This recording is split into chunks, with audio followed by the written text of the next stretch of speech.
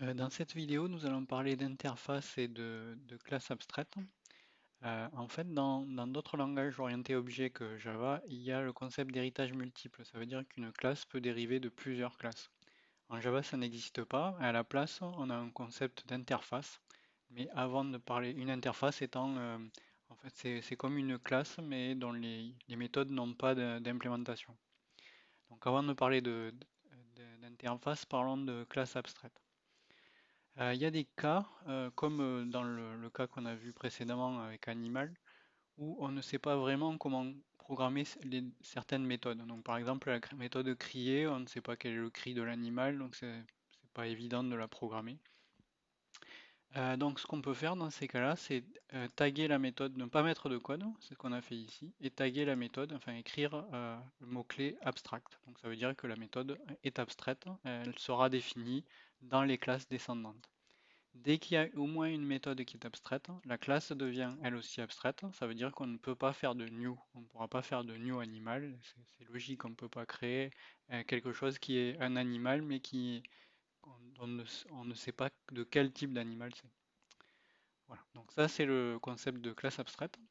Donc ensuite, quand on va hériter de la classe, donc par exemple dans la classe chat, elle hérite d'animal et on va les euh, donner un comportement pour crier. Donc ici, crier va appeler la méthode miauler. Donc quand un chat crie, en fait, en réalité, il miaule. Et d'autre part, alors il y a un petit mot-clé override, c'est pas obligatoire, ça veut dire qu'on redéfinit la méthode, peu importe, vous pouvez l'enlever, ça marche quand même très très bien. Euh, voilà pour cette méthode. Pour les interfaces, alors là on a la classe, en plus de la classe chat, on avait la classe oiseau. Donc l'oiseau, c'est certes un animal, mais en plus il peut voler. Donc si on était dans un langage à héritage multiple, on pourrait créer une classe objet volant qui pourrait être abstraite elle aussi, avec une méthode voler, et faire dériver la classe oiseau, donc faire hériter la classe oiseau à la fois d'animal et d'objet volant. Donc c'est pas possible en Java, donc c'est pour ça qu'on va faire à la place on va faire d'objet volant une interface. Et cette interface, elle pourrait être implémentée donc par l'oiseau, ce qui est fait ici, mais aussi par un avion. Un avion, ça vole, mais c'est pas un animal. Donc l'interface en question, la voilà. Donc ça s'écrit quasiment pareil qu'une classe. Le mot-clé interface remplace le mot-clé classe. Et dedans, on a le droit de définir que des méthodes qui n'ont pas de code. En gros, l'équivalent des méthodes abstraites.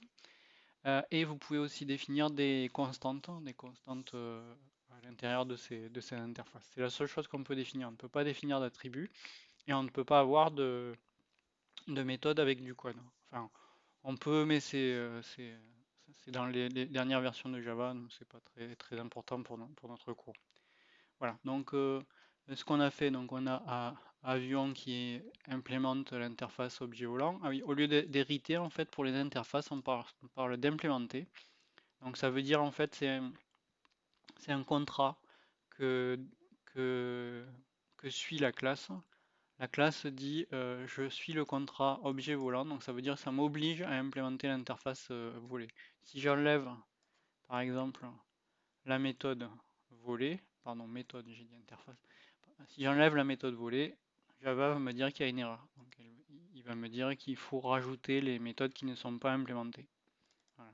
Et là, il faudra ensuite la coder. Je vais annuler pour revenir à la version qui était avant. Voilà. Alors que c'est différent de l'héritage normal. Alors c'est pas totalement différent parce qu'effectivement, si si j'enlève la méthode crier quand j'hérite d'une classe abstraite, j'ai exactement la même chose qui se produit. On me dit qu'il me faut une méthode. Et si je clique là-dessus pour corriger le problème, il me génère une méthode.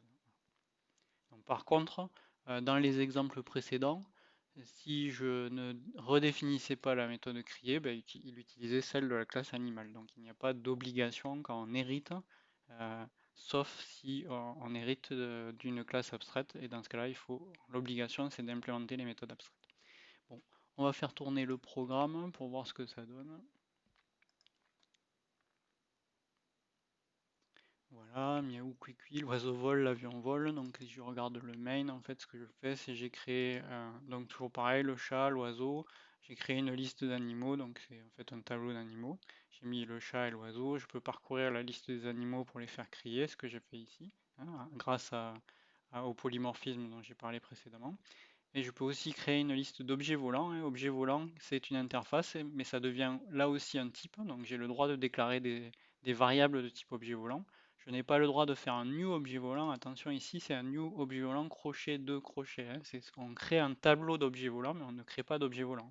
On n'a pas le droit de faire un new objet volant, hein. Les interfaces, ça ne permet pas de créer des objets. Pas directement du coup.